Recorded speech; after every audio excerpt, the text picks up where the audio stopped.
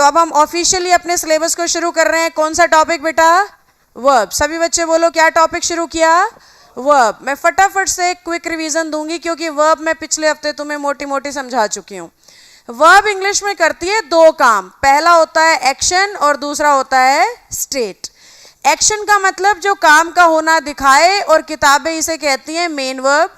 State का मतलब जो काम का होना ना दिखा पाए और किताबें इसे कहती हैं हेल्पिंग वर्ब।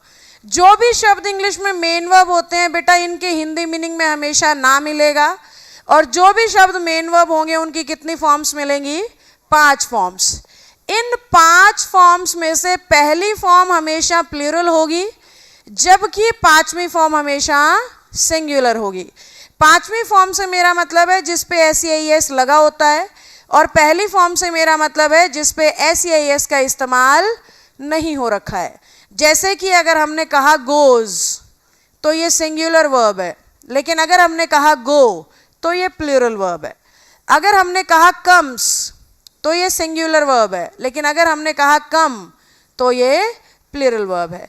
तो मेन वर्ब में प्लूरल उसे मानोगे जिस पे SEIS नहीं है, और मेन वर्ब में सिंगुलर उसे मानोगे जिस पे SEIS लगा हुआ है। सिंगुलर का मतलब कोई एक, और प्लूरल का मतलब एक से ज्यादा।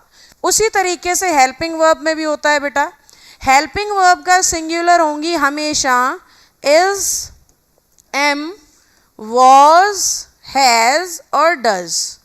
अगर आपसे कोई पूछ रहा है हेल्पिंग वर्ब में प्लूरल बताइए, तो वो होगा आर, वर, हैव और डू।